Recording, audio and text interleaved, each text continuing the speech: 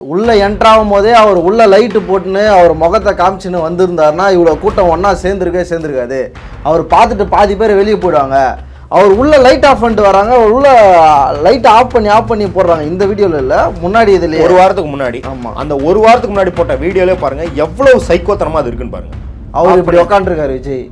அது ஒரு ஸ்மைல், அந்த ஸ்மைலை பார்த்தா எல்லாத்துக்குமே தெரியும் எவ்வளவு ரசிக்கிறான் இந்த ஆளு. ரசிகர்கள் வந்து அவதிப்படுவதே அப்படி தெரியும். யாராவது இருக்கீங்களா?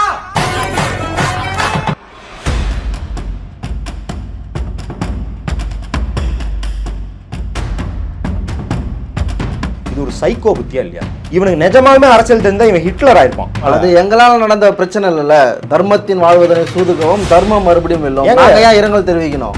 ஏங்க இவனுக்கு எங்க போனானுங்க? புசியன் பொதுச் செயலாளர்னா என்னங்க அர்த்தம்? அவன் எங்க போனான்? ஆதவர்ஜன எங்க போனான்? நேத்து போடுறான் விளக்கென்ன. யாரா நீ யாரு? அந்த கட்சியில யார் நீ எங்க போன? எப்ப பார்த்தாலும் வருவில்ல, மன்னராச்சு மண்ணங்கிட்டியாச்சுன்னு எங்க போன? நீ என்ன அப்படி கலெக்டரா? 7 மணி நேரம் லேட்டா வர. 7 மணி நேரம் லேட்டா வந்து இன்னைக்கு எல்லா பரப்புரை என்ன செஞ்சிருக்கானா, அது கூட்டம். டேய், அவன் கிளம்புனதே லேட்டா கிளம்பிருக்கான்டா. 8:45 கொடுத்துட்டு ஜாலியா அங்க வந்து டாட்டா காட்டுறாங்க. உனக்கு பர்மிஷன் வாங்கணும், கோர்ட்டுக்கு போகணும்னு கேட்குறீல்ல, அது கரூர் ஹாஸ்பிட்டலுக்கு போகிறதுக்கு தான், குடும்பத்தினரை சந்திக்க தான். ப்ரெஸ்ஸை கூப்பிட்டு பனையூரில் பேச வேண்டியது தானே. சர்க்காரில் கையெல்லாம் விரிச்சிட்டு வருவியா? ப்ரெஸ்ஸை பார்த்தேன், ப்ரெஸ் உன்னை பார்த்தாலே அலருவாங்களே. இப்படி கை வச்சுட்டு என்ன சார் கேட்டீங்க அப்படின்னு நான் கேட்பீங்களா? கேட்க வேண்டியதானே. இப்ப அவரை இட்டுன்னு போறது எங்களுக்கு கஷ்டம். ஏன் வரல கோயம்புத்தூர் 2 நாள் என்ன ஆச்சுன்னு பாத்தீங்கல்ல. இன்னும் தமிழகம் முழுவதும் எப்படி இருக்குன்னு பாத்துக்கோங்க. காவல்துறைக்கு ஒண்ணுதான், தயவு செய்து பாதுகாப்பை மட்டும் ரெடி பண்ணி வச்சுக்கோங்க. மக்கள் நடமாட்டம் அதிகமுள்ள இல்லாத பகுதியில் நாங்கள் பாலைவனத்தில் தான் வச்சுக்க முடியும். பயமா இருக்கா? தான் பயங்கரமா இருக்கு. இதுக்கே பயப்படுறீங்க? இன்னும் அத்தலாம் எங்க பசங்க எவ்வளவு சம்பவம். இவரே பேசுறாரு, நம்ம பசங்க பயங்கரமான சம்பவம் எல்லாம் பண்றாங்க அப்படின்னு. உள்ள போயிட்டு சம்பவம் பண்ணிட்டு வந்துட்டாங்க. என்ன பண்ணாங்க? ஆன்லைன்ல அபியூஸ் பண்றத பார்த்து ரசிக்கிற ஒரு வக்கரமான தலைவன் தான். எப்படி மாநாடு மக்களை எப்படி சந்திப்பான்னு ராஜ்மோகன் கேட்டா தரணி அதிரும், புழுதி பறக்கும். எங்க போனான்லே தெரியலையே. எங்க இருக்கிற எங்கடா போன? இப்ப நீ எதுக்கு முனையா பேசுவார்ல, இந்த லோயலாமணி பாட்டு பாடிட்டே பேசுவார்ல, எங்க போனாரு? எங்க மூஞ்சி? எங்க இந்த மூஞ்செல்லாம் கட்சியோட ஒரு தரப்புல இருந்து இன்னொரு தரப்புக்கே கம்யூனிகேஷன் கிடையாது. அவனுதான் அந்த உள்ள கார்ல உட்காந்துக்கிறான்ல, மிக்சர் பாக்ஸ் மைக்கு சவுண்ட் வச்சிருக்காங்க. அவனுங்க டிஜே வேலை மட்டும் தான் பாக்குறானுங்க ஒழிய, இந்த ஆளு பாட்டிலுக்கு 10 ரூபாய், பாட்டிலுக்கு 10 ரூபான்னு பாடிக்கிட்டு இருக்கும் போதே டெட் பாடியை தூக்கிட்டு போயிட்டு இருக்காங்க. போலீஸ்க்கு ஸ்பாட்டுக்கு வந்து 1/2 மணி நேரம் ஆச்சுன்னு சொல்லுவோம்ல, போலீஸ் ஸ்பாட்டுக்கு வந்து போலீஸ் டெட் பாடியை தூக்கி ஆம்புலன்ஸ்ல ஏறி 3/4 மணி நேரம் ஆச்சு. மக்கு நீ பாட்டு பாடினு, நீ பாட்டு இருக்க.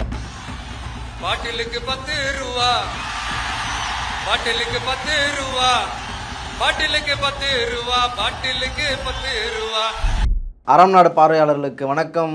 இன்று நம்முடன் இணைந்திருக்கும் சிறப்பு விருந்தினர், அரசியல் திறனாய்வாளர், சமூக செயற்பாட்டாளர் மத்துர் சத்யா அவர்கள்.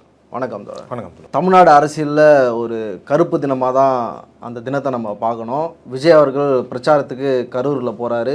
40 பேர் கிட்டத்தட்ட இறந்துட்டாங்க. பல பேர் இன்னுமே தீவிர சிகிச்சை பிரிவில் தான் இருக்கிறாங்க. இப்போது அந்த பிரச்சனை நடந்தது, அதெல்லாம் ஓரமாக வைத்துவிட்டு அந்த நிகழ்வு நடந்த உடனே விஜய் கரூர்லேருந்து வெளியேறுகிறாரு. அதுக்கப்புறமா ஒரு நரேஷன் ஒன்று செட் பண்ணுறாங்க. அங்கே ஒரு சதி நடந்திருக்கு, அதனால தான் வந்து திட்டமிட்டு நடத்தப்பட்ட நெருக்கடி அது, அதனால் உயிர்கள் பலி போயிருக்கு. இடம் குறித்து ஒரு டிஸ்கஷன் போயிட்டுருக்கு. விஜய்க்கு எந்த விதமான பதட்டமுமே இல்லை. அவர் 2 நாள் இருந்துட்டு இப்போ கரூர் போக போகிறோம், பர்மிஷன் கொடுங்க அப்படின்னு கேட்குறாரு. நீதிமன்றத்தில் வழக்காகவும் போயிட்டுருக்காரு, வழக்கறிஞரும் பேட்டி கொடுத்துட்ருக்காரு. எப்படி புரிஞ்சுக்கிறது இது? நமக்குள்ளே என்ன புகுத்த நினைக்கிறாங்க? இந்த செய்தியிலேருந்து நம்ம புரிஞ்சிக்க வேண்டியது என்ன? அந்த பிரச்சனை என்ன நடந்தது, யார் பொறுப்புங்கிறதுக்கு அப்புறம் போவோம். ஒரு வாதத்துக்கு இந்த சதி கோட்பாடெல்லாம் ஏற்றுக்கிறோன்னு வச்சுக்கோம்.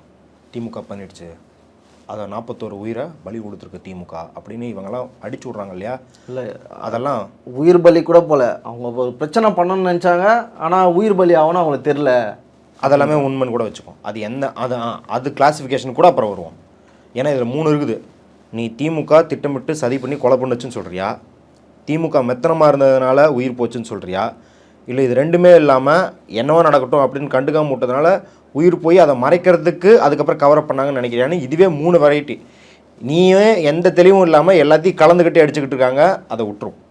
அது எல்லாமே உண்மைன்னு கூட ஒரு வாதத்துக்கு வச்சுப்போம். அது உண்மையாக இருக்கும் பட்சத்தில் நீங்கள் 41 உயிர் போனதற்கு துடிக்கிறீர்கள், திமுக அரசை கிழித்தெறிய வேண்டும் என்று நினைக்கிறீர்கள்.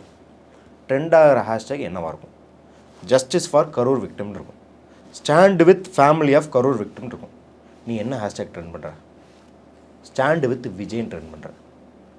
அப்போ உனக்கு உண்மையாலுமே நீ திமுக அதை சதி பண்ணுச்சு நம்புறியா? உண்மையாலுமே நீ அந்த கரூரில் உயிரிழந்தவர்களுக்கு, பாதிக்கப்பட்டவர்களுக்கு, அந்த குழந்தைகளுக்கு ஏங்குறியா? இல்லை உன் தலைவன் முகத்தை காப்பாற்றுறதுக்காக இந்த வேலையை செய்கிறியா? இப்போ பாதிக்கப்பட்டது அந்த 40 குடும்பம் இல்லை, விஜய் தான் விஜய் தான் பாதிக்கப்பட்டார். நான் என்ன கேட்குறேன், 2 நாள் ஆச்சுங்க. சரி, ஏர்போர்ட்டில் அவரால் பேச முடியல, ஏன்னா ட்ராமா. இந்த ஷாலினி சைக்காட்ரிஸ்ட், அவங்க தான் முதல்ல சைக்காட்ரிஸ்ட்டை போகணும். அந்த சைக்காட்ரிஸ்ட் எடுத்துருக்கான், ட்ராமா இருக்கும், அதனால் பேசினேன். சரி, பேச முடியல, 2 நாள் ஆச்சுல்ல, மூஞ்சி எங்கே போச்சு? நான் என்ன கேட்குறேன், உனக்கு பர்மிஷன் வாங்கணும், கோர்ட்டுக்கு போகணுன்னு கேட்குறீல்ல, அது கரூர் ஹாஸ்பிட்டலுக்கு போகிறதுக்கு தான், குடும்பத்தினரை சந்திக்க தான். ப்ரெஸ்ஸை கூப்பிட்டு பனையூரில் பேச வேண்டியது தானே? இந்த மாதிரி அசம்பாவிதம் நடந்துருச்சு, இது நடந்திருக்கக்கூடாது, இதற்கு என்ன காரணம் என்பதை நேர்மையான முறையில் விசாரிக்க வேண்டும். நான் நீதிமன்றத்துக்கு அணுக போகிறேன், நீதிமன்றம் இதை வெளிப்படைத்தன்மையோடு விசாரிப்பதற்கான எல்லா நிபந்தனைகளும் விதிக்க வேண்டும், இதுக்கு உறுதுணையாக இருப்போம், அந்த குடும்பத்துக்கு காலம் முழுக்க நாங்கள் துணை நிற்போம். பேச வேண்டியதானே? நான் தான் இப்போ வீடியோவில் கேட்டேன், சர்க்காரில் கையெல்லாம் விரிச்சிட்டு வருவியா ப்ரெஸ்ஸை பார்த்தேனே, ப்ரெஸ் உன்னை பார்த்தாலே அலருவாங்களே, இப்படி கை வச்சுட்டு என்ன சார் கேட்டீங்க அப்படின்னு நான் கேட்பேன். இல்லை கேட்க வேண்டியதானே? இப்போ அண்ணா மட்டும் இதை பண்ணிட்டா என் பினிஸ் அப்படின்னு எத்தனை பேர் மீன் போட்டேன்? கேட்க வேண்டியதானே உங்கள் அண்ணனை? இப்போ எங்கள் பினிஸ்னா எங்கடா போனேன்? அது சர்க்காரில் கேட்பிய சொல்லுவியே, அவன் தொண்டர்களை சர்க்கார் படத்தில் லத்தி வச்சு அடிச்சிருவாங்க. அதுக்கு விஜய் என்ன சொல்லுவார், இன்றைக்கி வலிக்கிற மாதிரி அடிக்க மாட்டேன், சாவர மாதிரி அடிப்பேன் அப்படின்னுவார். எங்கே போனான் உன் தலைவன்? இல்லை நான் என்ன கேட்குறேன், ப்ரெஸ் மீட் கொடுக்க இல்லைங்க, ப்ரெஸ் மீட் கொடுத்தா தான் வில்லு ப்ரெஸ் மீட் மாதிரி அது சைலன்ஸ்லாம் இந்த ப்ரெஸ் மீட் கத்த முடியாது. வெளியிட்டில்ல ஒரு வீடியோ, உமன்ஸ் டேக்கு ஒரு வீடியோ வெளியிட்டில்ல, பாருங்கள் இந்த திமுக ஆட்சியில் தான் உங்களுக்கு பாதுகாப்பே இல்லை அப்படின்னு ஏஐ வீடியோவாக ரியல் வீடியோவாக தெரியாத அளவுக்கு ஒரு வீடியோ போட்டில்ல, போலீஸ் பர்மிஷன் வாங்கியா வீடியோ போட்டேன். அதுக்கு முன்னாடி ஒரு வீடியோ போட்டில்ல, இனிமேல் நீங்கள் ஏன் தொண்டர்கள் இல்லை வர்ச்சுவல் வாரியர்ஸ், என்ன நண்பா நண்பீஸ் ஹாப்பியா, ஒரு வீடியோ போட்டியா இல்லையா? அந்த மாதிரி ஒரு வீடியோ போட வக்கில்ல உனக்கு? வீடியோ போட வக்கில்லையா? எனக்கு குரலே அடைச்சி போச்சியா, நான் அம்மா சாப்பிட்டு 6 நாள் ஆச்சுன்ற மாதிரி போட்டுக்கிட்டு இருக்கானுங்க. அண்ணா நேரத்துலேருந்து தண்ணி கூட குடிக்கலன்னு மீம்ஸ் போட்டுருக்கானுங்க. அந்த மாதிரியே இருக்கட்டும். கட்சியில் 2ஆம் கட்ட தலைவர்கள், முக்கிய நிர்வாகிகள், அவர்களெல்லாம் கூட்டு வச்சு ஒரு மெழுகுவர்த்தி ஏற்ற மாதிரி பனையூர்லையே இல்லை, எவனும் கூப்பிட்டா வர முடியாது, ஏன்னா எவனாவது வெளில சுற்றுறான்னு பார்த்தாலே போலீஸ் பிடிச்சிரும், ஓகேவா? எவனையும் கூப்பிட தேவையில்லை. ரூம்குள்ளேயே மாலை போடுவி இல்லை, வேலு நாச்சியார் முத்துராமலிங்க தேவர்னு போட வேண்டியதான ரூம்குள்ளே வச்சு மாலை. அது எங்களால் நடந்த பிரச்சனை இல்லைல்ல, தர்மத்தின் வாழ்வதனை சூதுகவும் தர்மம் மறுபடியும் வெல்லும்.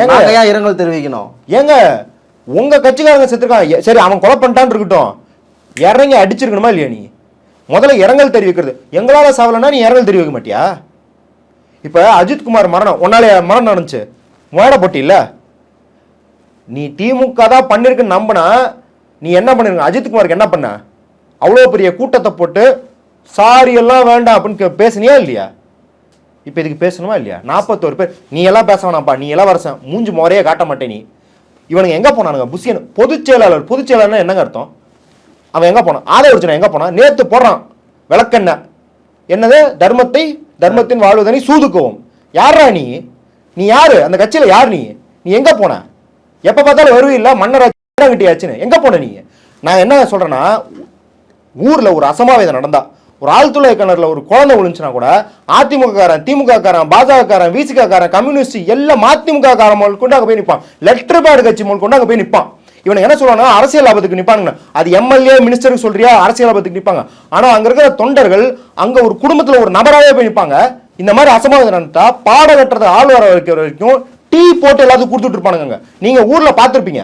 அத்தனைக்கும் இந்த அரசியல் கட்சிகள் போனால் எந்த அரசியல் கட்சி மேலே மக்கள் கோபமாக இருக்கிறாங்களோ செருப்பால் அடிப்பாங்க, சட்டையை கிழிச்சிருவாங்க, சாணியை கரைச்சி ஊற்றுவாங்க, அசிங்கமாக திட்டுவாங்க, எல்லாத்தையும் வாங்கிட்டு நிற்பான் அந்த தொண்டை. ஒரு தொண்டனுக்கே அப்படி ஒரு அரசியல் உணர்ச்சி இருக்கணும் அப்படின்னா நீ தலைவன் மயிர், நீ என்னங்கிற பர்மிஷன் தெரியல, மண்ணாங்கடி தரலாங்கிற, தர்மத்தின் வாழ்வதனை சூதுகோமா செருப்பை கொண்டு அடிக்கணும் இந்த நாயிலெல்லாம். ஒரு அடிப்படை தொண்டனுக்கு இருக்கிற ஒரு உணர்ச்சி கூட உனக்கு இல்லை. 41 பேர் செத்து போயிருக்கான், வாயில கொழுக்கட்டையை வச்சுட்டு திரியிறானுங்க.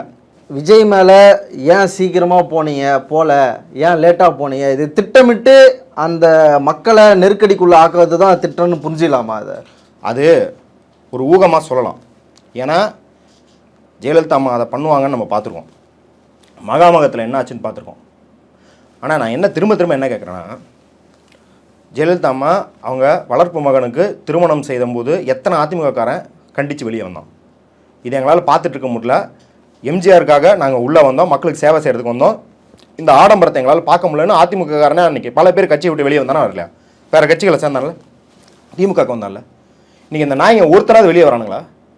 இப்போ அப்படி இருக்கும்போது இவங்க என்ன பண்ணுறாங்கன்னா 7 மணி நேரம் லேட்டாக வராங்க. நான் என்ன கேட்குறேன், நாட்டின் பிரதமர் வரும்போது போலீஸில் சொன்னார்னா 2 மணி நேரத்துக்கு மேலே லேட் ஆகாது. அதுக்கு மேலே லேட் ஆச்சுன்னா கேன்சல் பண்ணிடுவாங்க, அதுக்கு அடுத்த நாள் போடுவாங்க. சிஎம் வரும்போது 7 மணி நேரம் லேட்லாம் கிடையாது. ஏங்க வெளிநாட்டில் இருந்து பிரதமர்கள் எமானுவல் மக்ரோன் வர்றாரு, ஜி ஜின்பிங் மகாபலி வரதுக்கு வந்தார்ல, ஜி ஜின்பிங் லேட்டாக வந்தார். போலீஸ் சொன்ன டைம்லேருந்து 1 மணி நேரம் 3/4 மணி நேரமோ ஏதோ லேட்டாக வந்தாங்க. ஏன்னா அப்படி கலெக்டரை 7 மணி நேரம் லேட்டாக வர, 7 மணி நேரம் லேட்டாக வந்து இன்னைக்கு எல்லா பரப்புரை என்ன செஞ்சுருக்காங்கன்னா, அது கூட்டம் டேய் அவன் கிளம்புனதே லேட்டாக கிளம்பியிருக்காண்டா. 8:45க்குன்னு கொடுத்துட்டு ஜாலியாக அங்கே வந்து டாட்டா காட்டுறாங்க. 8:45 தான் அவர் இங்கே சென்னையிலேருந்து வீட்டிலேருந்தே கிளம்புறாரு. அப்போ என்ன அர்த்தம், அங்கே ஆயிரக்கணக்கான தொண்டர்கள் எனக்காக வெயிலில் காத்து கிடக்கணும். இது ஒரு சைக்கோ புத்தியா இல்லையா? இவனுக்கு நிஜமாலுமே அரசியல் தெரிந்தால் இவன் ஹிட்லர் ஆயிருப்பான். எவ்வளவு கொடூரமான புத்தின்னு பாருங்க. எனக்காக அது காவல்துறையில் ஒரு 600 பேரோ 1000 பேரோ, மக்கள் ஒரு 24,000 பேரோ 60,000 பேரோ காத்து கடந்து வெயிலில் நிற்கணும்னு ஒரு தலைவன் நினைக்கிறான் அப்படின்னா எவ்வளவு கேவலமானவனாக இருப்பான். என்ன அனௌன்ஸ் பண்ணி கொடுத்துருக்கணும், லேட் ஆகிடுச்சுங்க எல்லோரும் கலைஞ்சு போங்க, அதுக்கப்புறம் வாங்க, கொடுத்துருக்கணுமா கொடுத்துருக்கூடாது. நீ 3லேருந்து 10 மணி வரைக்கும் பர்மிஷன் வாங்கினா இப்போ பிரச்சாரம் பண்ணுற. முந்தின நாள் தான் ப்ரெஸ் மீட்டில் தலைவர் 12 மணிக்கு கரூரில் நெடுஞ்சாலைக்கு வருவார்னு யார் பேட்டி கொடுத்துருக்கா? உன் பொதுச் செயலாளர் ப்ரெஸ் மீட் கொடுத்துருக்கான், புஷி ஆனந்த் ப்ரெஸ் மீட் கொடுத்துருக்கானா இல்லையா? 12 மணி எங்கே இருக்குது, 7 மணி எங்கே இருக்குது? 7 மணி நேரம் என்ன கல்ட்ற நீ? பஸ்ஸில் போகும்போது பைக்கில் இடிச்சிட்டு கீழே விழுவுறானுங்க, அந்த வீடியோ நீங்கள் பார்த்துருப்பீங்க. மற்ற அரசியல் தலைவர்களாக இருந்தால் நிறுத்திருப்பாங்க, பஸ்ஸை நிறுத்திட்டு நீ கேன்சல் பண்ணிடலாம், இவனுங்க ரொம்ப கொடூரமாக இருக்காங்கன்னு நினைப்பாங்க. இல்லை அட்லீஸ்ட் மிரட்டுவாங்க, தொண்டர்களை மிரட்டுவாங்க. நீங்கள் இந்த மாதிரிலாம் பண்ணீங்க அப்படின்னா நான் கூட்டத்தை கேன்சல் பண்ணிடணும்னு மிரட்டுவாங்க. நாங்கள் வந்து ஒரு பதிவை போட்டோம், எது லேம்ப் போஸ்ட்டில் ஏறாதீங்க, குழந்தைங்களை கூப்பிட்டு வராதிங்க. அதுக்கு மீறியும் கூப்பிட்றாங்க. என்ன பண்ணுவோன்னா, நான் மாவட்ட செயலாளர் பிடுங்கிறதுக்காக இருக்கான். மாவட்ட செயலாளர், பகுதி செயலாளர், ஒன்றிய செயலாளரோட வேலை என்ன?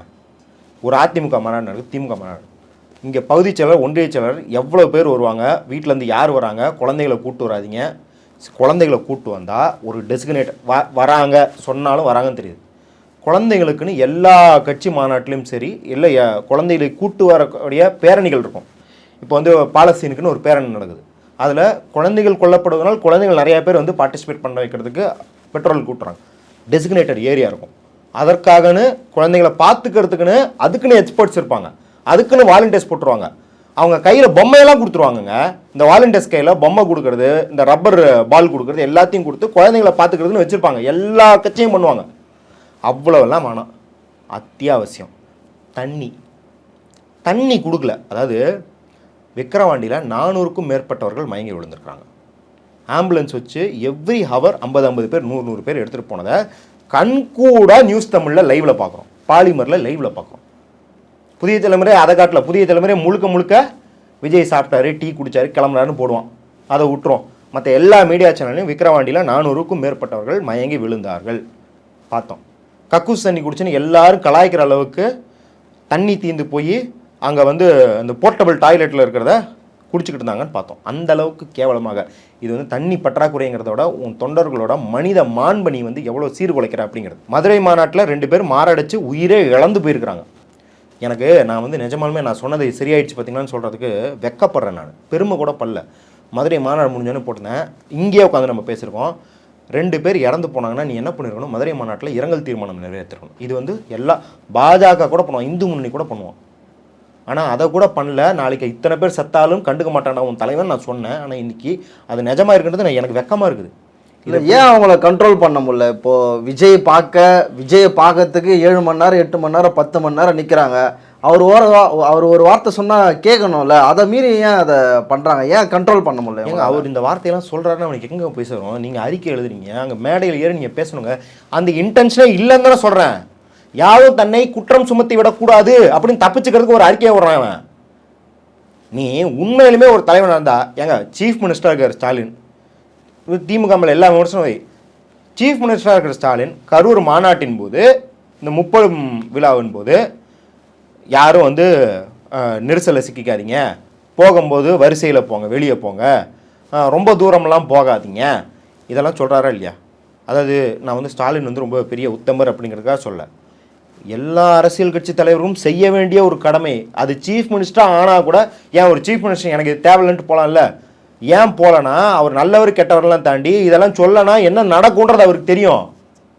அப்போ இது எதுவுமே தெரியும் தெரியாமல், அதாவது இந்த அளவுக்கு தெரியாதுங்கிறது கிடையாது, தெரியுங்கிறது கிடையாது, நான் தெரிஞ்சுக்கவே விரும்பலை. நான் கூட்டத்தை காட்டி பற்றியா மதுரை மாநாட்டில் 1,00,000 பேர் சேர்ந்துட்டான், திமுக காலி, கதறங்க அப்படின்றதுக்காக அதை தொடர்ந்து பண்ணியிருக்காங்க. இப்போ மனுஷபுத்திரன் வந்து ஒரு வீடியோ போட்டுக்காரு, வேற ஏதோ ஒரு வீடியோ ஷேர் பண்ணிடுறாரு. இப்போ தான் நான் பார்த்தேன், இவர் இந்த ராஜ்மோகன், ஆதவ் அர்ஜுனா, இந்த புசி ஆனந்த், இவங்க பேசுகிற வார்த்தைகள்லாம் அவங்க கட்சியே அவளை ரசிகர்களை நம்பி இருக்கிற மாதிரி தான் பேசுகிறாங்களே. ஆமாம், வந்து நான் கூட்டின்னு பார்த்து எவ்வளோ கஷ்டம் தெரியுமா, உள்ளே வந்தால் வெளியே வர முடியாது, இதுக்கே பயப்படுறீங்க, இன்னும் அத்தலாம் எங்கள் பசங்க எவ்வளோ சம்பவம், இவரே பேசுகிறாரு, நம்ம பசங்க பயங்கரமான சம்பவம்லாம் பண்ணுறாங்க அப்படின்னு. உள்ளே போயிட்டு சம்பவம் பண்ணிட்டு வந்துட்டாங்க. என்ன பண்ணாங்க, ஆன்லைனில் அப்யூஸ் பண்ணுறத பார்த்து ரசிக்கிற ஒரு வக்கரமான தலைவன் தான் அவன். ஏங்க எப்படி மாநாடு மக்களை எப்படி சந்திப்பான்னு ராஜ்மோகன்ட்ட கேட்டால் தரணி அதிரும், புழுதி பறக்கும். இதுவாடா ஒரு கட்சி தலைவனுக்கு? எங்கே போனான்லே தெரியலையே, எங்கே இருக்கிற எங்கடா போன? இப்போ நீ எதுக்கு முனையாக பேச வருவில்ல, இந்த லோயலாமணி பாட்டு பாடிட்டே பேசுவார்ல, எங்கே போனார்? எங்கே மூஞ்சி, எங்கே இந்த மூஞ்செல்லாம் அங்கே இருந்து இல்லை, க்ரௌடை கண்ட்ரோல் பண்ண வேண்டியதானே.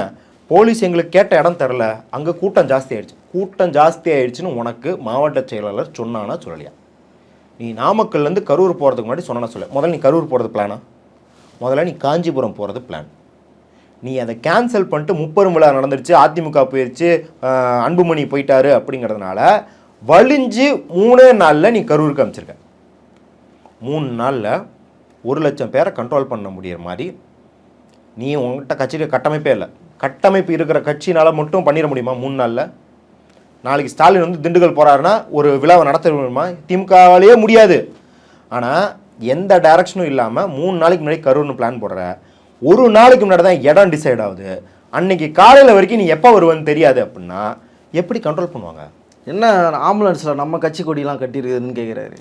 அறிவு கட்டவன் அவங்க ஆளுங்க தான் கூப்பிட்டுருக்காங்க. அதாவது இன்னமும் ஆம்புலன்ஸ் வருதுங்கன்னா ஒரு தரப்புல கட்சிக்காரன் பேட்டி கொடுத்துருக்கான். ஏன்னா இன்னொரு தரப்பு கட்சிக்காரன், இன்னொரு அந்த பக்கத்தில் அந்த ரோட்டுக்கு அந்தான பக்கத்தில் இருக்கிற கட்சிக்காரன் தான் மக்கள் மயங்கி விழுக்கிறாங்கன்னு ஆம்புலன்ஸ் கூப்பிட்டானே அவனுக்கு தெரில. அப்போ எந்த அளவுக்கு கோஆர்டினேஷன் இல்லாத ஒரு கூட்டமாக இருந்திருக்குன்னு பாருங்க. நம்ம வந்து மக்களை குறை கூறுவதற்கு, ரசிகர்களை குறை கூறுவதற்கு, தொண்டர்களை குறை கூறுவதற்கு இல்லை, கட்சியோட ஒரு தரப்புலேருந்து இன்னொரு தரப்புக்கே கம்யூனிகேஷன் கிடையாது. ஒரு அவங்க தான் அந்த உள்ள கார்ல உட்காந்துக்கிறாங்கல்ல, மிக்சர் பாக்ஸ் மைக்கு சவுண்டு வச்சு அவனுங்க டிஜே வேலை மட்டும் தான் பார்க்குறானுங்க ஒழிய ஒன்றும் இல்லை. விசிகா திருச்சியில் நடந்துச்சு, மாநாடு நடந்துச்சு. அதற்கு முன்னாடி மதுரையில் வந்து கம்யூனிஸ்ட் கட்சி மாநாடு நடந்துச்சு. பந்தல் 18 ஒரு சம்பவம் நடந்துருச்சு, அதற்காக ஆம்புலன்ஸ் வருது, இல்லை பந்தல் 18 வந்து ஏதாவது வந்து ஒருத்தர் மயங்கி விழுந்துட்டாரு, தீப்பத்திக்குச்சு அப்படின்னா அங்கேருந்து 500 மீட்டர் தள்ளி இருக்கிறவங்களுக்கு வாக்கி டேக்கில் நியூஸ் தெரிஞ்சிடும். வரவன் வழி மறிக்க மாட்டான், இல்லை அங்கே ஏதாவது ஐயா இங்கே தண்ணி இருக்குங்கன்னு கொடுத்துடுவான். அந்த மாதிரி எந்த அடிப்படை கோஆர்டினேஷனுமே இல்லை. அதான் கோடீஸ்வரன் சொல்கிறாருல்ல, ஜேர்னலிஸ்ட்டு, அவர் சொல்கிறாரு, ஒரு தேர்ந்த ஜேர்னலிஸ்ட்டாக நான் கூட்டம் கூடும்போது எனக்கு வந்து தெரியுது, எனக்கு காற்றுல வந்து உங்களுக்கு டென்சிட்டி ஜாஸ்தி ஆகும்போது தெரியும், கொஞ்சம் வந்து ஹெவியாக இருக்கும் ப்ரீத் பண்ணுறதுக்கு, அப்போவே தெரியும் இந்த மாதிரி ஏதாவது வந்து நெரிசரி ஆக போகுதுன்னு. நான் ஒவ்வொரு 10 நிமிஷமும் 50 அடி 50 அடி 50 அடி பின்னாடி வந்துக்கிட்டே இருக்கேன். கரெக்டாக நினச்ச மாதிரியே அசம்பாவிதம் நடக்குது. போலீஸ்காரங்க அவர் சொல்கிறார், அவர் வீடியோ எடுத்திருக்காரு, பல வீடியோவில் பார்க்குறோம், போலீஸ்காரங்க வந்து கெஞ்சுறாங்கங்க, சொன்னால் கேளுங்கடா அப்படின்னா போலீஸ்கிட்ட மல்லுக்கு மல்லு நிற்கிறானுங்க. ஒரு போலீஸ் நான் பார்க்குறேன், பாவம், அவர் வந்து ஒரு 50 வயசுக்கு மேலே இருக்கும், அவர் ஒரு ஸ்டூல் போட்டு மேலே ஏறி நின்று கர்ச்சீஃப் எடுத்து விசிறி விட்டுக்கிட்டு இருக்காரு, ஒருத்தவங்க மயங்கி விழுறாங்க. இப்படி சுற்றி எல்லா இடத்துலையும் காட்சிகளை பார்க்க முடியுது. அந்த ரசிகர்களால் அங்கே இருந்து மூச்சு விட முடியலன்னு எல்லாரும் இந்த ஜாம்பி படத்தில் பார்க்குற மாதிரி பில்டிங்கை ஏறுறாங்கங்க. பில்டிங்கை ஏறி கதவெல்லாம் தட்டுறாங்க, வீட்டு கதவெல்லாம் தட்டுறாங்க, வீட்டில் இருக்கிற அந்த ஸ்க்ரீன்கெல்லாம் கிழிக்கிறாங்க. நீங்கள் யோசிச்சு பாருங்கள், ஒரு கேஸ் சேம்பரில் இருந்த மாதிரி இருந்திருக்காங்க. அதற்கு முன்னாடியே எப்படி இருந்திருக்காங்கன்னு பார்த்துருக்கோம், கூரை மேலே இருந்திருக்காங்க. கூரை மேலே ஏறாதீங்கன்னு ஒவ்வொருக்கையும் புசி ஆனந்த் கத்துறாருல. ஒரு முறை வீடியோ போட்டு சொல்கிறதுக்கு என்ன, இந்த மாதிரி பண்ணிங்கன்னா கூட்டமே நடத்த மாட்டோம். இல்லை நீ என்ன நினச்சிக்கிட்ட, நீ வந்து எம்ஜிஆருக்கு வராத கூட்டம் உனக்கு வருதா? அதில் அதில் கலந்துக்கிட்ட ஒரு தம்பி ஒருத்தர் வீடியோ போட்டிருக்காரு. அவர் என்ன சொல்கிறாருன்னா, அவர் உள்ளே என்ட்ராகும் போதே அவர் உள்ளே லைட்டு போட்டுன்னு அவர் முகத்தை காமிச்சின்னு வந்திருந்தாருன்னா இவ்வளோ கூட்டம் ஒன்றா சேர்ந்துருக்காது. அவர் பார்த்துட்டு பாதி பேர் வெளியே போயிடுவாங்க. அவர் உள்ள லைட் ஆஃப் பண்ணிட்டு வராங்க, அவர் உள்ள லைட் ஆஃப் பண்ணி போடுறாங்க. இந்த வீடியோவில் இல்லை, முன்னாடி இதுலேயே ஒரு வாரத்துக்கு முன்னாடி. ஆமாம், அந்த ஒரு வாரத்துக்கு முன்னாடி போட்ட வீடியோலே பாருங்க எவ்வளவு சைக்கோத்தனமாக அது இருக்குன்னு பாருங்க. அவர் இப்படி உட்காந்துருக்காரு விஜய். அது ஒரு ஸ்மைல், அந்த ஸ்மைலை பார்த்தா எல்லாத்துக்குமே தெரியும் எவ்வளவு ரசிக்கிறான் இந்த ஆளு. ரசிகர்கள் வந்து அவதிப்படுவதே அப்படின்னு தெரியும். ஏங்க அந்த எஃப்ஐஆர் ரிப்போர்ட்லேயும் சரி போலீஸ் வந்து சொல்லியிருக்காங்க, கூட்டம் அங்கே ஜாஸ்தி ஆயிடுச்சு டெசினேட்டட் பிளேஸில், வழியில் இந்த ரவுண்ட் டவுன்லேயே பேசுகிறீங்க அப்படின்னா, இல்லை அங்கே தான் மீடியா செட்டப் பண்ணி வச்சுருக்கிறோம், அங்கே தான் மைக் வச்சுருக்கிறோம், அங்கே தான் மக்கள் கூடியிருக்கிறாங்க, எங்கள் மக்களை நாங்கள் பார்க்கணும் அப்படின்னு ஆணித்தரமாக சொல்லியிருக்காங்க. காவல்துறை சொல்லியிருக்காங்க. நிர்மல்குமார், மதியழகன், புஷி ஆனந்த், ராஜ்மோகன் எல்லாத்துக்கிட்டையுமே நாங்கள் பர்சனலாக கூப்பிட்டு சொன்னோம். அவங்க மனிதர்கள் இறப்பாங்கலாம் சொல்ல, ஆனால் இவ்வளோ நெரிசலை கட்டுப்படுத்த முடியாதுங்க, தாங்காதுங்க, ஏதாவது அசம்பாவிதம் நடக்கும்னு சொன்னோம், அதை மீறி நாங்கள் அங்கே தான் செய்வோம்னு சொன்னாங்க. சரிங்க, இன்னைக்கு காவல்துறைன்னு பேசுகிறான்ல, 15 நிமிஷத்துக்கு முன்னாடி இந்த சம்பவம் நடக்கிறதுக்கு 15 நிமிஷத்துக்கு முன்னாடி காவல்துறை நண்பர்களுக்கு நன்றி, அவர்கள் இல்லை என்றால் அந்த பைபாஸ் வந்து நான் இங்கே வந்திருக்கவே முடியாது, இன்னைக்கு நான் உங்களை சந்திக்கிறேன்னா அது காவல்துறை முக்கியமான காரணம். இந்த ஆள் பேசினானா பேசலையா? எதை வச்சு பேசினா? அப்போ இல்லை, அந்த வீடியோ முடியும் போது அந்த தண்ணி பாட்டிலாம் தூக்கி போட்டு போகும்போது ஆம்புலன்ஸ்லாம் கிடக்கும் போது கேட்குறாரு, இது மாதிரி போலீஸ்லாம் இருக்கிறாங்களா இல்லையானா மறுபடியும் கேட்குறாரு. ஒரு அதாவது சரி அரசியல் போலீஸ் பண்ணிடுச்சு எல்லாம் வச்சுக்கோங்க, அங்கே வந்து மயங்கி விழுறாங்க, நீ நாய்க்கு பிஸ்கட் போடுற மாதிரி தண்ணி பாட்டிலை தூக்கி அடிச்சுட்டு கிளம்பி ஓடுறியே, நீ மனுஷனா? அதாவது அந்த ஆள் என்ன கேட்குறாங்கிறதுக்கு முன்னாடி உனக்கு இதானே தோணணும். ஒரு மனிதனாக கீழே இருப்பவர்கள், நான் கேட்குறேன், கீழே இருக்கிறவங்க என்ன சொல்கிறாங்கன்னு அவருக்கு காதில் கேட்கல. கீழே இருப்பவர்கள் அங்கே கீழே இருப்பாங்களே, இன்னைக்கு கீழே இருந்துட்டு எழுதுறான்ல, நீ உன்னை நிற்க வச்சுட்டு ஒருத்தன் தண்ணி பாட்டிலை விசிறி அடிக்கிறான், உங்கள் அம்மா இங்கே கீழே விழுந்து கிடக்குறாங்க, அப்போ வந்து கீழே வந்து என்ன நடந்துச்சுன்னு பார்க்காம தண்ணி பாட்டிலை விசிறி அடிக்கிறான் அப்படின்னா நீ அவனை தலைவனாக ஏற்றுக்க மாட்டியா? போலீஸ்லாம் இருக்கிறாங்க அப்படின்னா இப்போ தான் நீ தானே போலீஸ் இதுன்னு சொன்ன, ஏன் போலீஸ் இல்லை அப்படின்னா அந்த சமயத்தில் இந்த ஆளுக்கு விழுக ஆரம்பிக்கிறான்னு தெரியறதுக்கே 1/2 மணி நேரம் இருக்குது. இந்த ஆள் பாட்டிலுக்கு 10 ரூபாய், பாட்டிலுக்கு 10 ரூபான்னு பாடிக்கிட்டு இருக்கும்போதே டெட் பாடியை தூக்கிட்டு போயிட்டு இருக்காங்க. அப்போ போலீஸ் வந்து ஃபுல் அண்ட் ஃபுல் அதில் என்கேஜ் ஆனதுக்கப்புறம் போலீஸ் எங்கன்னு கேட்குறான் அந்த ஆள். டேய் போலீஸ் இந்த ஆள் தெரியல சொல்லுவான்ல, போலீஸ்க்கு ஸ்பாட்டுக்கு வந்து 1/2 மணி நேரம் ஆச்சுறான்னு சொல்லுவான்ல, போலீஸ் ஸ்பாட்டுக்கு வந்து போலீஸ் டெட் பாடியை தூக்கி ஆம்புலன்ஸில் ஏறி 3/4 மணி நேரம் ஆச்சு. மக்கு நீ பாட்டு பாடினு, நீ பாட்டுருக்க, செத்து விழுகிறான். அதாவது அவனுக்கு சாகலன்னு சாகிறது தெரியலன்னு வச்சுக்கோங்க, மயங்கி விழுறாங்க, அங்கே அவதிப்படுறாங்கன்னு தெரிய வேணாமா? ஒரு பத்திரிகையாளருக்கு கீழே இருப்பவருக்கு அவருக்கு வந்து ஃபுல் வியூ தெரியாது, பத்திரிகையாளருக்கு கொடிச்சவனுக்கு ஃபுல் வியூ தெரியாது. அவர் பக்கத்துலேருந்து பார்க்கும்போது அசம்பாவிதம் நடக்க போதுன்னு தெரிஞ்சு பின்னாடி போகிறாரு, நீ மேலேருந்து எல்லாத்தையும் பார்க்குற, ஒரிஜினா வண்டியில் உட்காந்து எல்லாத்தையும் பார்க்குறான், உங்களுக்கு தெரியாதா அசம்பாவிதம் நடக்க போதுன்னு? அதாவது மைக்கேல் ஜாக்சன் வந்து 90களில் வந்து நாடு போகும்போது அங்கே இருக்கிற அந்த நாட்டு பெண்கள்லாம் அவரை வந்து பார்த்து கத்தி கூட்ட நெரிசலில் செத்து போவாங்க. அதை வந்து அவருக்கு எவ்வளோ பெரிய ஃபேன்ஸ் இருக்குது அப்படின்னு சொல்கிறதுக்கு சொல்லுவாங்க. அந்த மாதிரி எதிர்பார்த்துருக்கான். சரிங்க, இப்போது கூட்ட நெரிசல், ஆம்புலன்ஸ் நிறைய போகுது, ஆரம்பத்தில் பார்க்கும்போது 2 குழந்தைகள் பலி, 4 பேர், அப்படி தான் ஒன்றா ஒரு கட்டமாக போகுது. இப்போது இந்த நடுவில் செந்தில் பாலாஜி ஹாஸ்பிட்டல் போயிடுறாரு, சிஎம் அவர்கள் அன்பில் மகேஷை கால் பண்ணி நீங்கள் அங்கே போங்கன்றாரு, போர்க்கால அடிப்படையில் செயல்படுங்க, மற்ற மருத்துவரெல்லாம் வாங்க அப்படின்னு சொல்கிறாரு. இப்போ நம்ம இதை பேசும்போதே இவங்க ஒரு அஜெண்டாவோட தான் பேசுகிறானுங்க அப்படின்னு கமெண்ட்டில் சொல்ல தான் போகிறாங்க. இப்போது பலி எண்ணிக்கை அதிகரிக்க போகுது அப்படின்றது இவங்களுக்கு எப்படி தெரிஞ்சுது?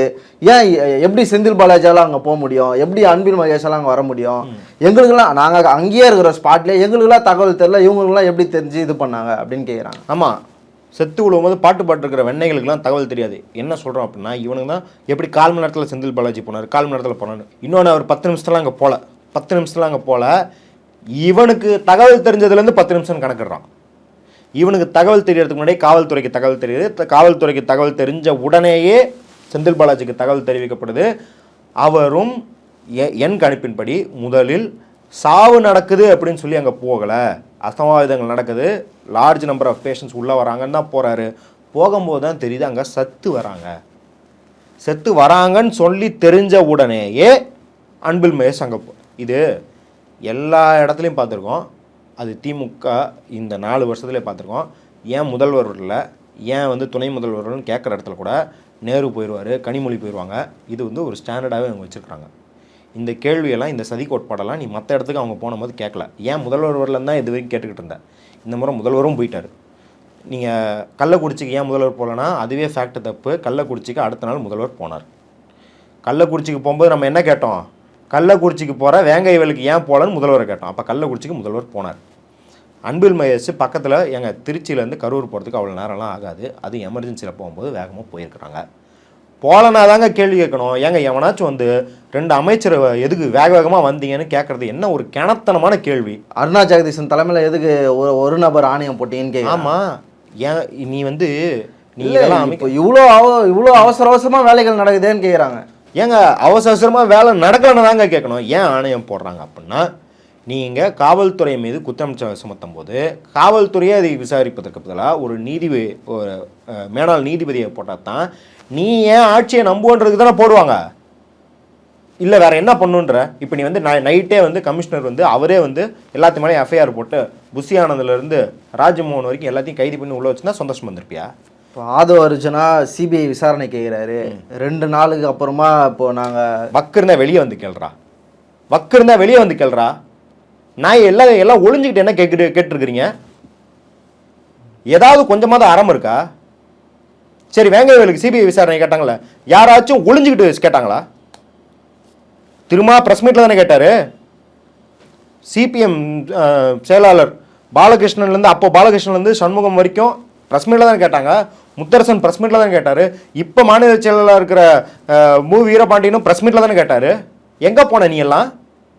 தர்மத்தின் வாழ்வுதனை சூதுகோம்னு எழுதிக்கிட்டு இருக்கிய, சிபிஐ விசாரணை கேட்குறிய, ஒன்னதான் முதல்ல தூக்கி விசாரிக்கணும். எங்கே இருக்கிறாங்க, என்ன பண்ணுறாங்க, என்ன யோசிச்சு பேசிகிட்டு இருப்பாங்க.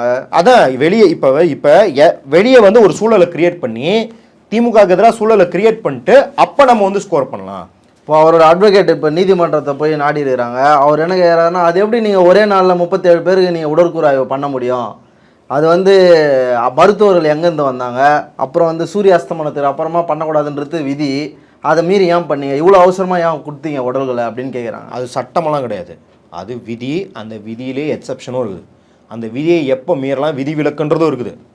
ஏங்க 41 பேர் செத்து போயிருக்கிறாங்க ஸ்டாம்பீடில். லா அண்ட் ஆர்டர் பிரச்சனைங்க. லா அண்ட் ஆர்டர் அப்படின்னா பிணக்கூறு ஆய்வு செய்யலாம் அப்படிங்கிறது எக்ஸப்ஷனுக்கு அனுமதிக்கப்படுகிறது. 2015 இதுக்கான சர்க்குலரும் விடப்பட்டு இருக்கிறது. உடனே எல்லாரும் டாக்டர் ஆகிட்டானுங்க. உடனே எல்லாரும் மெடிக்கலில் இருக்கிற பாலிசி, அதுவும் ஒருத்தலாம் நேரத்தெல்லாம் எழுதுறான். இது வந்து இன்டர்நேஷ்னல் விதியாம். அப்போல்லாம் ஒரு விதியும் கிடையாது. சும்மா ஒரு கிராக்கு ChatGPT போய் கேளுங்களேன், இது வந்து ஒரு சர்வதேச விதியான்னு கேட்டால் அப்படியெல்லாம் ஒரு விதியும் கிடையாது. அந்தந்த நாட்டில் கைட்லைன்ஸ் போட்டு வச்சுருப்பாங்க. அதையும் எதுக்கு தெரியுமா போட்டாங்க? பிணக்கூறாய்வு நைட்டு பண்ணக்கூடாதுன்னு. ரொம்ப பழைய விதிங்க அது. நைட்டு பவருக்கு ஸ்டெபிலிட்டி இருக்காது, வீடியோ எடுக்க முடியாது, அந்த ஃபெசிலிட்டிஸ்லாம் நைட்டு இருக்காது, அதனால பகலில் வெளிச்சத்தில் பண்ணுங்க அப்படிங்கிறதுக்காக. இப்போ இந்த ஃப்ளைட்டில் சில கைட்லைன்ஸ்லாம் இருக்கும், அதெல்லாம் நம்மளுக்கு வந்து மாடர்ன் டைம்ஸில் தேவையே இல்லை. ஆனால் பழங்காலத்தில் வச்சாங்கன்றதுனால அந்த கைட்லைன்ஸ் அப்படியே இருக்கும். அதே போன்ற ஒரு கைட்லைன் தான் இது. அதனால் வந்து இப்போ எல்லாமே வீடியோ ரெக்கார்டாகவும் எல்லாமே வெளிச்சத்துலேயும் ப்ரொசீஜராக ரெக்கார்ட் பண்ணுறதுக்கு எல்லாமே சாத்தியக்கூறுகள் இருக்குது. போய் நீதிமன்றம் கேட்கும், நீதிமன்றம் காரி துப்பும் இவனுங்களை. இதெல்லாம் ஒரு வாதமா? பிணக்கூறாய்வுக்கெல்லாம் போக வேணாம். நான் தான் சொல்கிறேன், சரி திமுக வந்து ஆட்சியை கலைச்சிடலாம்ப்பா. பிணக்கூறாய்வு வந்து அவங்க அவசரமாக பண்ணிட்டாங்க. பிரச்சனை ஆரம்பிக்கிறது போது நீ கொடுத்த விதியை மீறினியா? போலீஸு விதியை போட்டுருச்சுன்றதை மூக்கால் அழுதவன் எவன்? 23 விதி கொடுத்துட்டாங்கன்னு வாரம் மைக்கை போட்டு அழுதவன் எவன்? ஏங்க நாங்கள் வந்து ஒரு 30 பேர் கொண்ட தெருமுனை கூட்டம் போடுவோம்.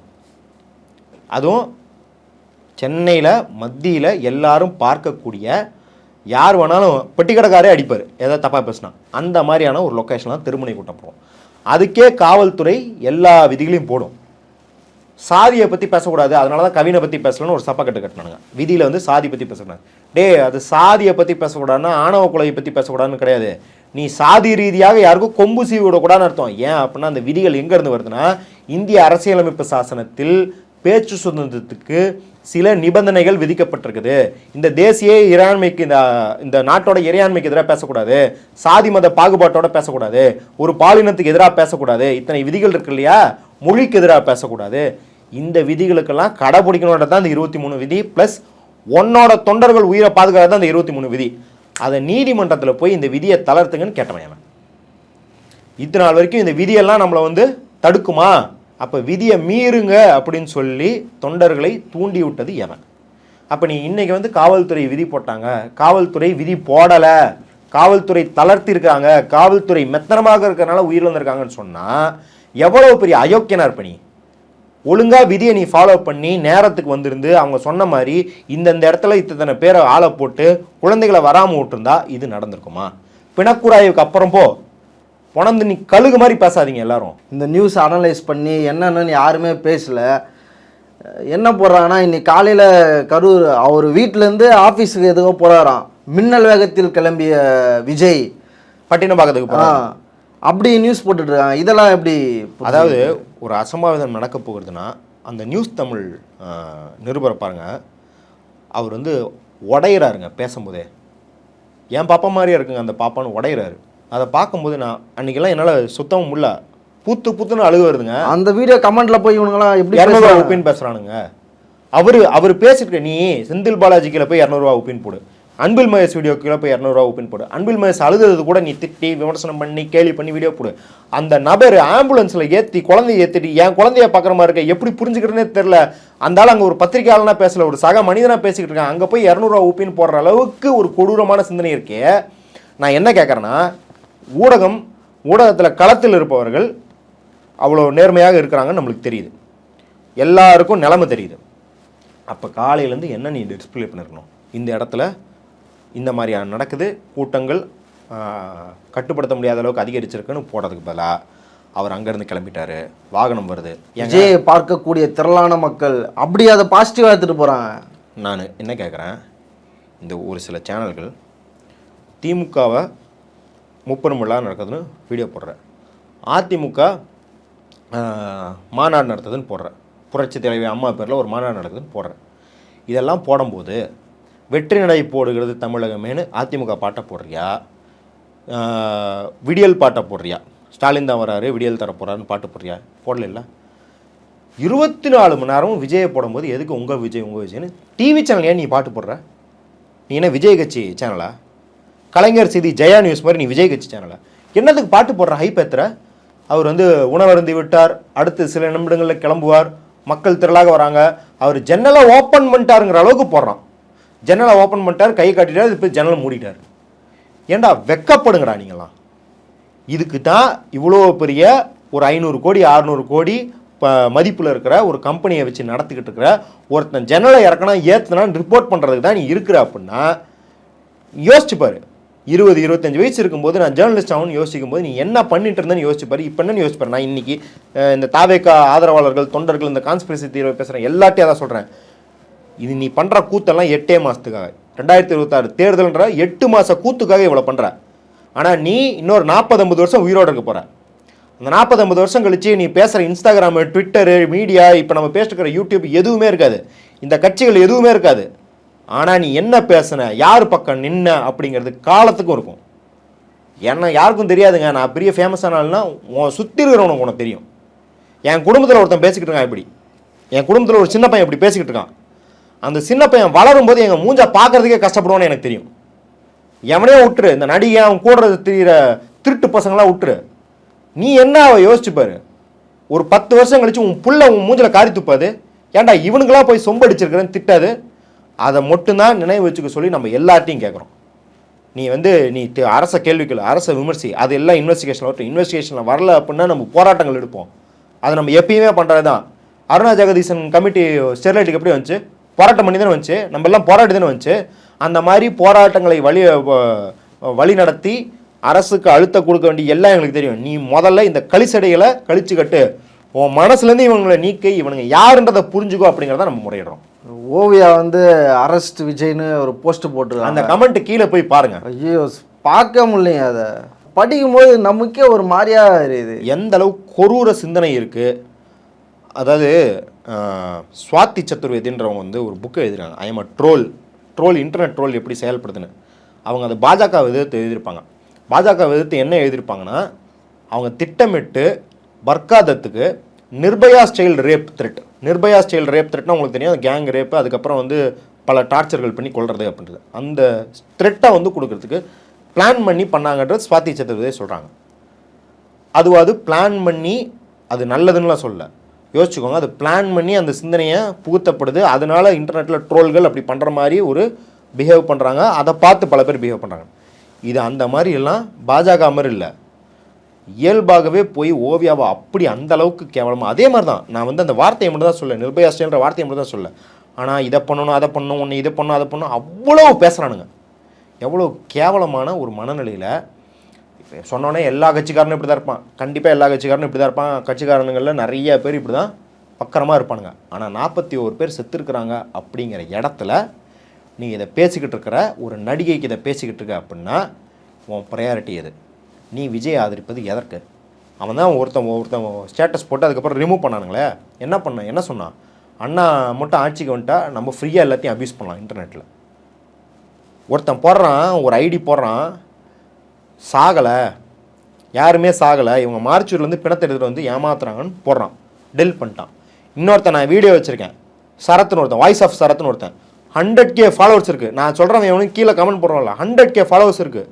அவன் வந்து டிஎம்கேவை தேப்பையானே திட்டி என்னடா ட்ராமா பண்ணிக்கிட்டு இருக்கீங்க, அந்த ஆளை வந்து நல்லது செய்ய வந்தவரை நிலக்கொலையை செய்கிறதுக்கு ட்ராமா பண்ணுறீங்களாடா, மக்களை ஊசி போட்டு கொள்றீங்களாடான்னு பேசிக்கிட்டு இருக்கானுங்க.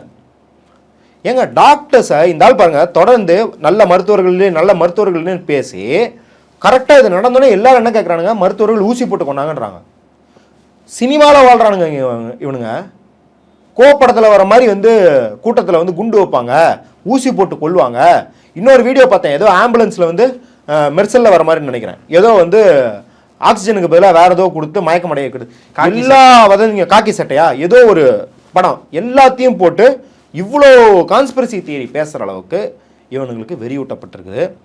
நடந்த அன்னிலேருந்து பல செலிபிரிட்டிகள் ஸ்டாண்டு வித் விஜய்னு போடுறாங்க. ஒருத்தங்க கூட stand with Karur victims, justice for Karur victims போல ஸ்டாண்டு வித் விஜய்னு போடுறான். இன்ஃப்ளூயன்சஸ், கப்புள் இன்ஃப்ளூயன்சஸ் எல்லாருமே விஜய் அண்ணாக்கு நம்ம துணை நிற்கணும், விஜய் அண்ணாக்கு துணை நிற்கணும்னு போடுறான். எவ்வளோ காசு இறக்கிருக்கிறான்னு நீ யோசிச்சுப்பாரு.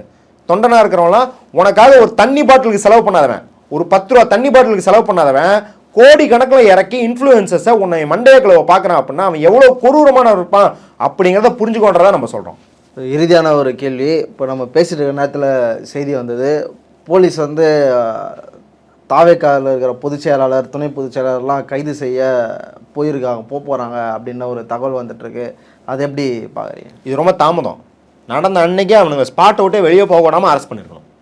இதுவே ரொம்ப தாமதம்.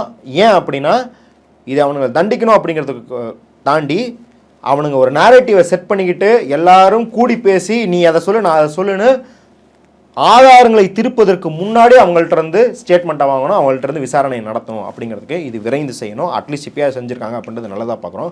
மேலும் விசாரணை என்ன அதுன்றதை பார்த்து தான் நம்ம பேச முடியும். மனுஷனா நீ அப்படின்னு கேட்குறத தவிர இவனுக்கு அறிவார்ந்த விளக்கம், நீதிமன்றத்தில் இந்த ப்ரொசீஜர் அதெல்லாம் பேசி பிரயோஜனமே கிடையாது அப்படிங்கிறத நம்ம பார்க்குறோம். இதை பார்வையாளர்களே பார்த்து முடிவு பண்ணிக்கிட்டோம். நம்மளை திட்டட்டும், ஒன்றும் பிரச்சனையே கிடையாது. ஏன் நம்மளுக்கு முன்னாடி இருந்த தலைவர்களோ இல்லை வந்து செயல்பாட்டிலோ வாங்காத திட்டம் வாங்கிட்டோம். ஒரு ஒரு ஒரு கேவலமான அம்பலப்படுத்துறதுக்கு 4 பேர்ட்ட திட்டு வாங்கினா திட்டு வாங்கிட்டு போவோங்கிறேன். ஆராயத்திற்கு வந்து பல்லத்தில் நினைக்கிறோம். நன்றி.